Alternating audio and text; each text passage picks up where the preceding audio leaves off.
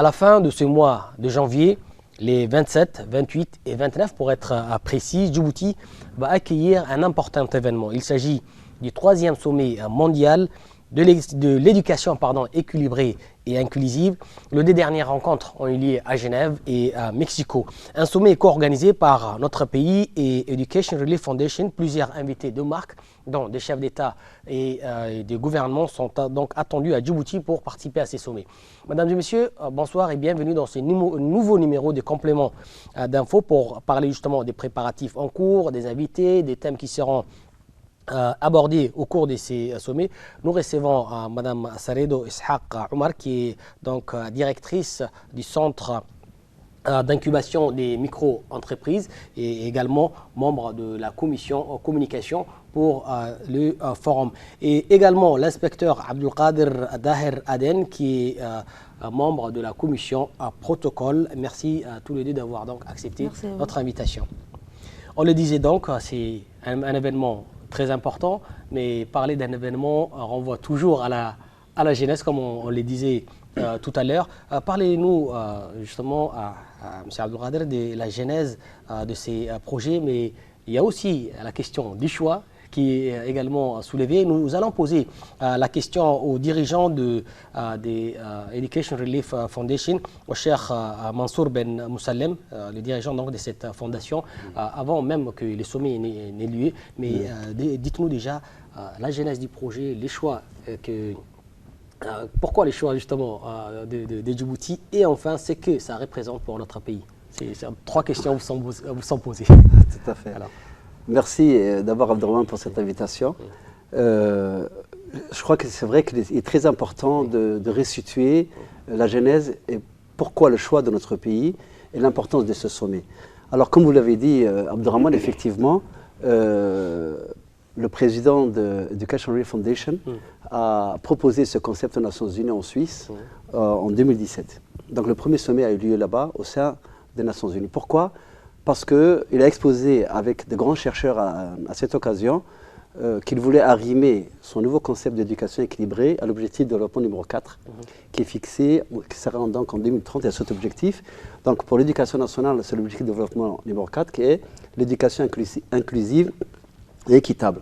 Donc notre ministère, dans ce cadre-là, a mis comme priorité dans son schéma directeur ce texte-là, et l'orientation principale de tous nos plans d'action, c'est l'éducation inclusive et équitable que notre ministère met en œuvre dans le cadre des objectifs des Nations Unies. Donc l'éducation inclusive, c'est la scolarisation de tous les enfants, et puis équitable, accessible à tous les élèves, quelles que soient leurs origines, quel que soit leur potentiel. Donc voilà, offrir cette éducation. Ensuite, notre ministre a été invité au 2e sommet organisé par la Fondation à Mexico en novembre 2018. Il a participé et en discutant avec le président DRF, des graines de collaboration sont nées. Et c'est là où notre ministre, avec son leadership, a proposé au président de cette fondation pourquoi ne pas, par rapport au 3e sommet, ne pas venir à Djibouti. Il l'a invité, il est venu et ça a été l'occasion pour notre ministre de montrer d'abord toutes nos structures, les ressources humaines, les structures des réformes de programmes au CRIPEN. Il a vu le CFF, les formateurs, les inspecteurs, il a discuté, il a échangé. Il a vu ensuite notre président de la République. Ce qu'il a justement décidé, c'est la vision éclairée de notre président, qui est le premier pédagogue et qu'il a, en discutant avec lui par rapport à la vision qu'il avait, il est revenu notre ministre a dit, voilà, je choisis Djibouti par rapport à ce potentiel des ressources humaines, cette vision du président de la République, voilà, et après avoir discuté, et ça a été une nouvelle extraordinaire parce que je peux vous dire, Abdelrahman Saredo est là pour le confirmer, il y avait beaucoup de pays qui étaient candidats pour ce 3e sommet. Et je pense que le président de l'RF a choisi justement parce que nous avons une histoire avec la politique qui a été lancée par le président de la République, toutes ses réalisations, les réformes, il a vu les programmes et il a vu que son concept pouvait s'arrimer idéalement à tout ce qu'on a fait. Donc, on peut dire que ce concept est une continuité de tout ce qu'on a fait et c'est pour ça que Djibouti a été choisi par rapport à ce potentiel au niveau des ressources humaines et tout ce qu'on a conçu en termes de concepts, de programmes. On sent la fierté déjà, très fier. Mais ça doit représenter énormément.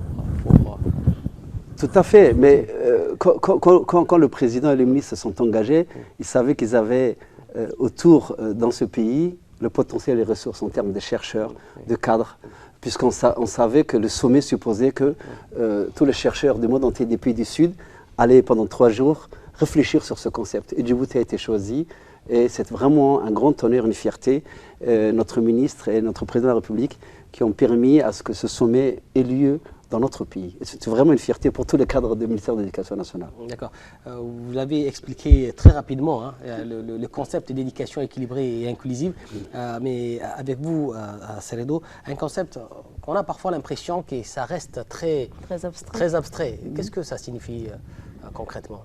Alors d'abord, éducation équilibrée et inclusive, Abdelrad l'a déjà dit, donc équilibrée parce que elle répond à des exigences, à des valeurs qui ont longtemps été marginalisées dans les systèmes éducatifs post-coloniaux.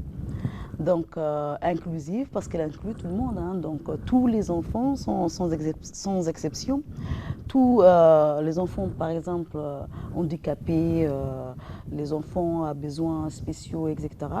Donc c'est vraiment une école pour tous en fait, pour tous et pour tout on va dire. Pour tout parce que avant, enfin, on a hérité d'une école post-coloniale qui a toujours été les creusets de toutes les inégalités. Donc les jeunes djiboutiens qui allaient à l'école, eh ben, ils écoutaient l'histoire de la France, la géographie des pays européens, etc. Donc ils ne se retrouvaient pas forcément dans tout ce qu'ils entendaient à l'école. Donc, et c'est vraiment, c'est là qui est révolutionnaire. C'est le fait que nous aurons à partir d'aujourd'hui, hein, donc c'est ce qui a été décidé, une éducation propre aux pays du Sud, propre aux pays, aux Djiboutiens, propre à chaque... Je pense qu'on a pris un peu d'avance parce qu'avec la réforme depuis 2006, on imprime déjà nos manuels conformes à notre réalité. Voilà, donc on a déjà lancé, d'ailleurs c'est pour ça qu'on nous a choisis, on a déjà entamé un grand chantier de réappropriation culturelle, on va dire.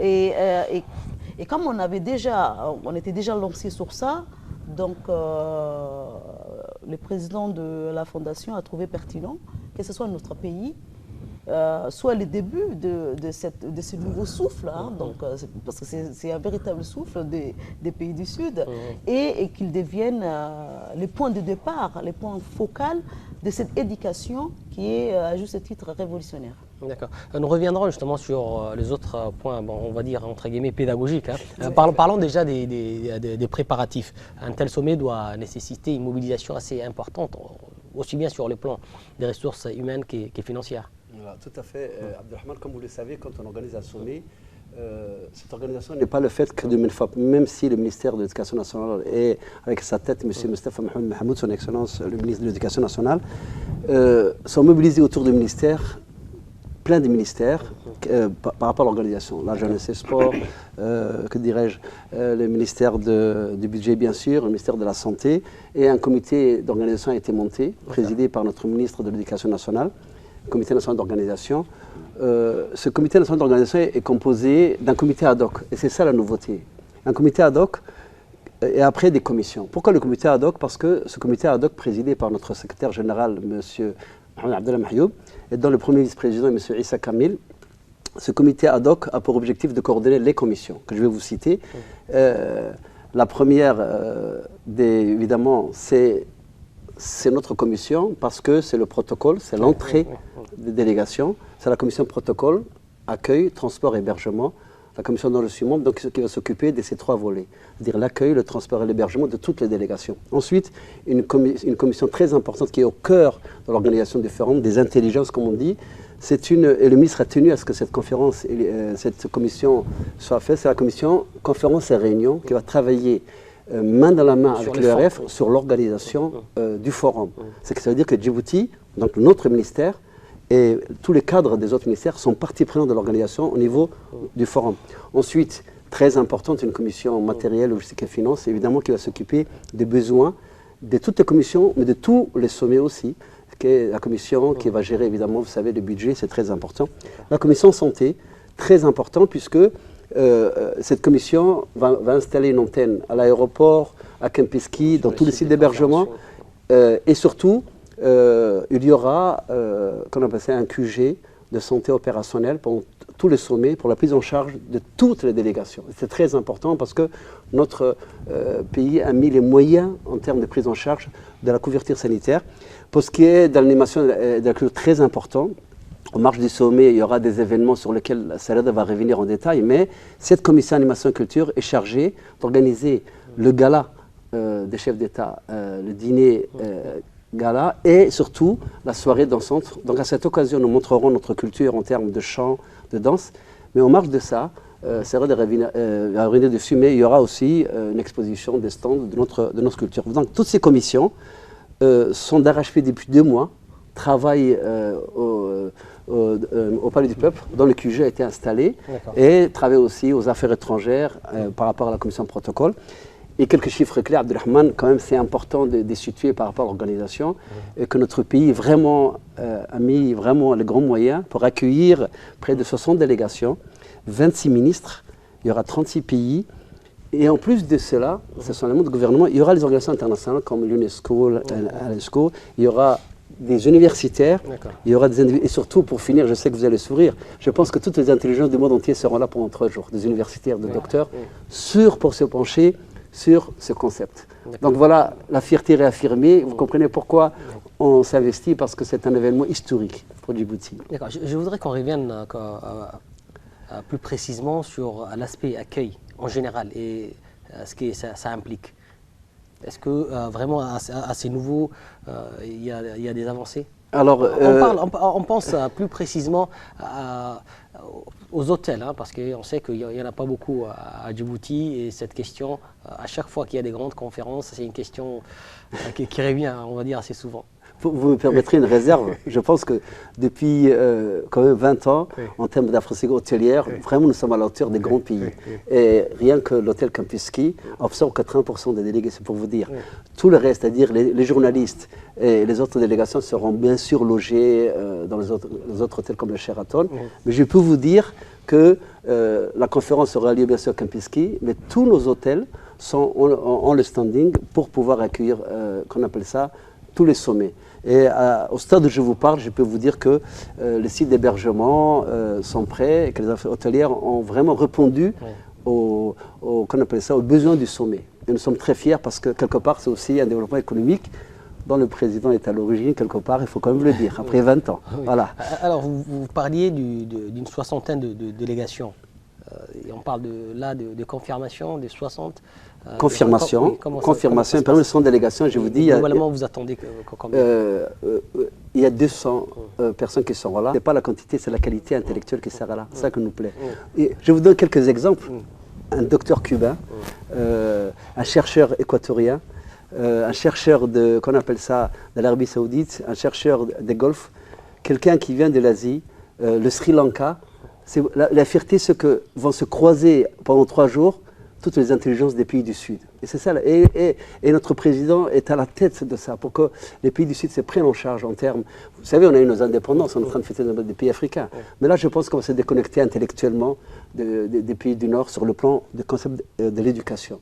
Et c'est pour ça que notre président a insisté pour que cette conférence ait lieu. Donc, les pays du Sud, vous savez, l'Amérique du Sud, nous aurons les chercheurs dans l'Amérique du Sud, vous verrez, ça parlera dans ce sommet espagnol, anglais, ça parlera arabe, et avoir la chance d'avoir toutes ces cultures, toutes ces langues, parce que derrière chaque il y a une culture, c'est vraiment extraordinaire, et ils vont débattre sur ce concept de l'éducation dans notre pays, et notre ministère est le fer de lance de cette organisation.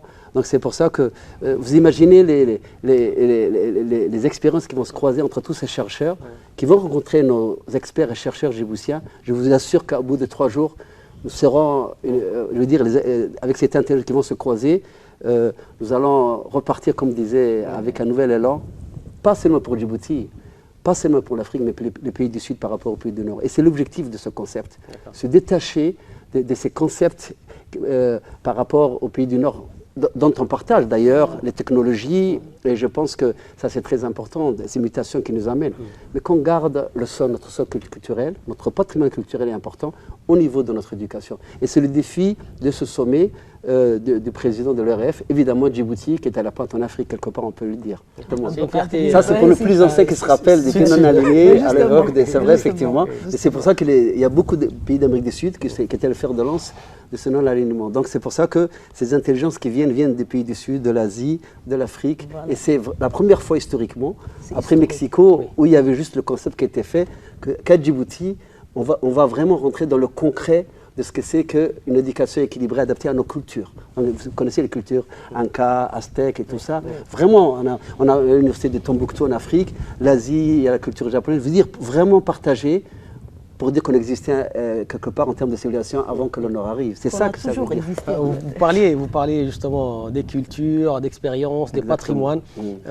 Par rapport à cet aspect, en dehors des activités qui sont liées justement à ces sommets, qu'est-ce qui est prévu, qu'est-ce que vous avez prévu de faire découvrir à ces délégations? Alors d'abord, nous allons faire découvrir notre artisanat.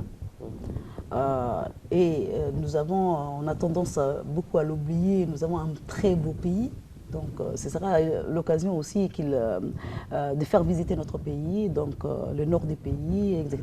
Donc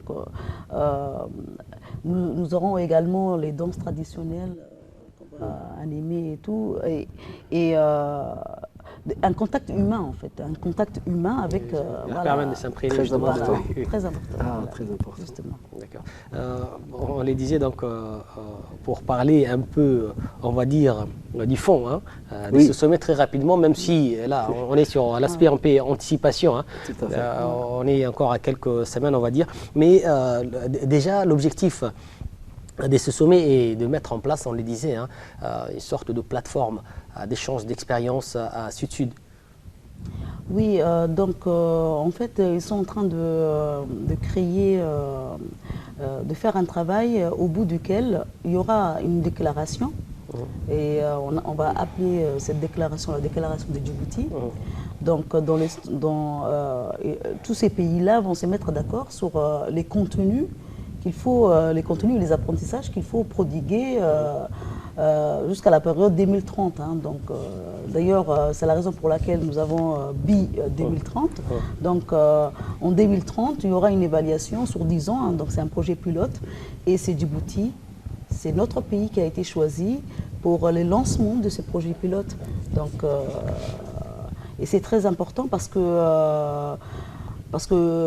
nous serons amenés à réfléchir, enfin les experts vont réfléchir à ce qui est pertinent d'inclure dans ces systèmes éducatifs. Déjà, nous avons déjà fait un travail au préalable, donc ce qui va faciliter beaucoup les échanges, c'est que sur les 4 piliers de l'éducation équilibrée et inclusive, donc nous en avons déjà fait 2, donc le dialectisme et le contextualisme. Donc il nous reste 2 autres concepts à mettre en place et Djibouti sera fier d'avoir réalisé, non seulement réalisé, mais d'avoir réussi cette transition très importante. C'est une transition très importante pour nous en tant que peuple djiboutien, parce que ça réaffirme et ça consolide notre identité et ça va fonder, enfin, je ne sais pas si vous... je ne sais pas si Abdelkader peut confirmer ça, il y a un historien, Joseph Kizerbo, qui a fait les liens entre l'éducation et la liberté. Enfin, donc plus on étudie ce que nous sommes, plus on est des individus libres et par conséquent générateurs de développement. Donc aucun peuple ne s'est jamais développé dans une langue et dans une culture qui est autre que la sienne. Quelque part, il faut se détacher de cette emprise culturelle héritée de la colonisation. Donc de la colonisation, parce qu'il y a une mainmise donc culturelle. Et plus on va penser par nous-mêmes, plus on va s'approcher du développement, justement. D'accord. Voilà. Justement, c'est le choix que Education Relief a porté pour faire de quelques écoles un projet pilote. Est-ce qu'il y a eu déjà des travaux dans ce sens? Alors, c'est ça justement qui est vraiment la révolution sur le plan pédagogique. Vous savez que notre président a mis en place l'école d'excellence. Oui. Vous savez, il est novateur en termes de pédagogie pour qu'il y ait l'excellence. L'école d'excellence est un laboratoire où vraiment les enseignants, qu'on appelle ça, expérimentent une nouvelle manière de médiactive pratique. En termes de liberté pédagogique, en termes de nouvelles technologies. C'est vraiment utiliser les nouvelles technologies tout en restant sur nos valeurs culturelles. Eh bien, ce nouveau concept qui est basé, comme disait Sared, justement sur l'intraculturalisme, sur la transdisciplinarité, sur la contextualité et le dialectisme, je pense quelque part, Djibouti l'a fait à travers ses programmes, depuis les programmes au niveau du ministère et dans les pratiques de classe. On l'a fait dans le programme qu'on a contextualisé, vous avez dit. L'intraculturalisme, c'est ça qui va par rapport à ce concept. Ce concept veut dire que les populations normales, communautaires comme chez nous, doivent avoir leur éducation dans leur environnement. C'est ça le concept de bioéducation équilibrée, vraiment pour que tout ne se fasse pas, voilà, qu'on aille vers, et vous savez que notre président a décentralisé à travers notre ministère, nous allons vers ces communautés rurales pour qu'ils aient la même offre d'éducation que celle de la capitale. La contextualité, c'est déjà fait, mais il y a quelque chose qui est vraiment, qu'on va approfondir. Comme si on a entamé les prémices, c'est la transdisciplinarité. En tant qu'inspecteur, on le sait que chaque inspecteur, chaque enseignant doit collaborer avec l'autre parce qu'on s'adresse au même élève. Et bien, ce concept prend très loin pour que, indifféremment, l'enseignant d'histoire géo, l'enseignant de SVT et tout ça, puissent rentrer, enseigner ensemble, faire le programme ensemble. C'est ça, vraiment décloisonner les disciplines. C'est le dialogue. Exactement. En fait, SVT, histoire géo, tout à fait. Donc, et le fameux dialectisme, justement, ce concept qu'il a mis, le quatrième pilier, justement, dans le guide mondial qui a été édité à Mexico, le fameux dialectisme, c'est de donner, peut-être vous allez sourire, mais je pense que c'est important, il demande à ce que les élèves soient vraiment indépendants. Je le fais déjà.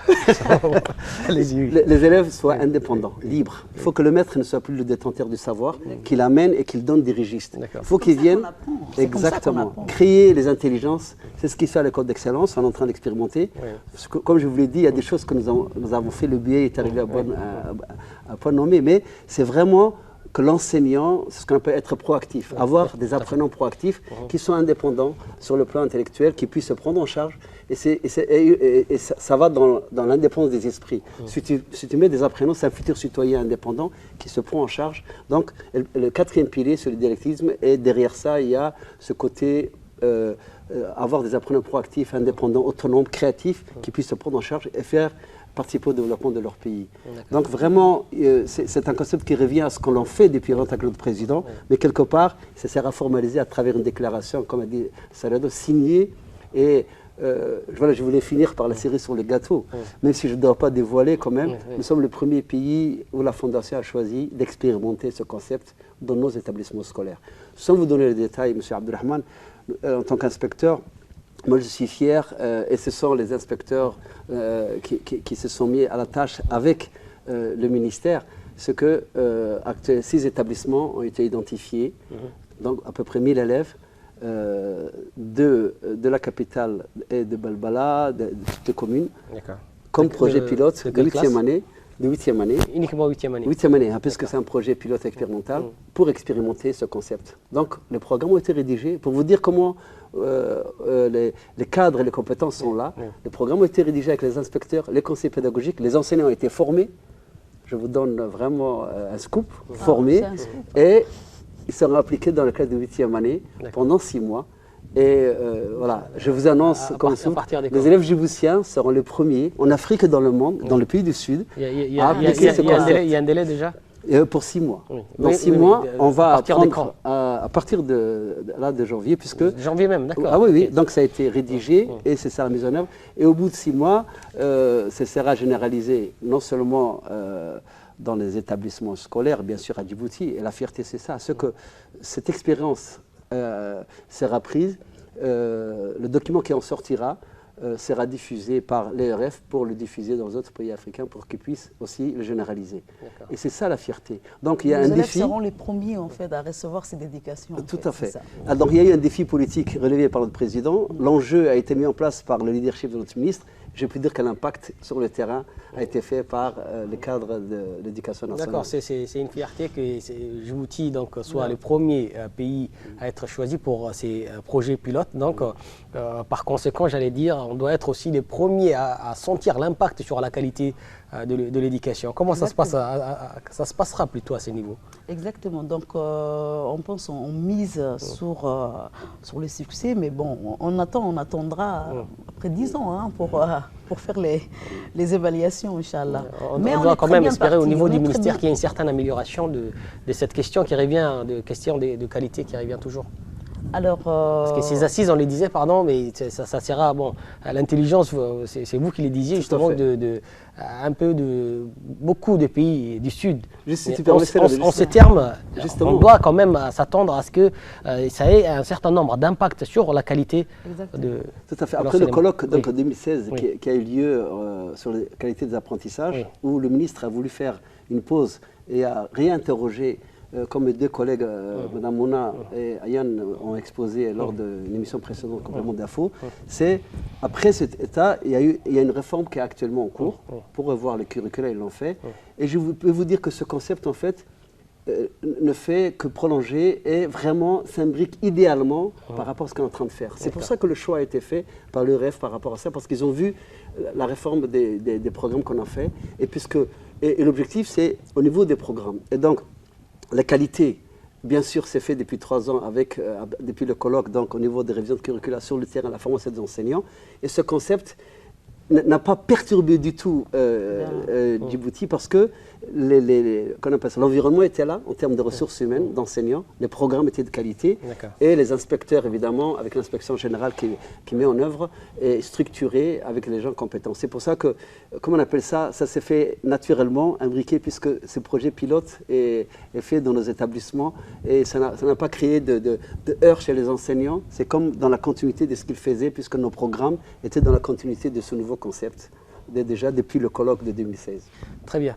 Voilà, merci. Donc on arrive déjà à la fin de cette émission. Merci à tous les deux d'avoir répondu aux questions des compléments d'info. Merci à vous de nous avoir suivis. Je vous dis à très vite pour un nouveau numéro des compléments d'info.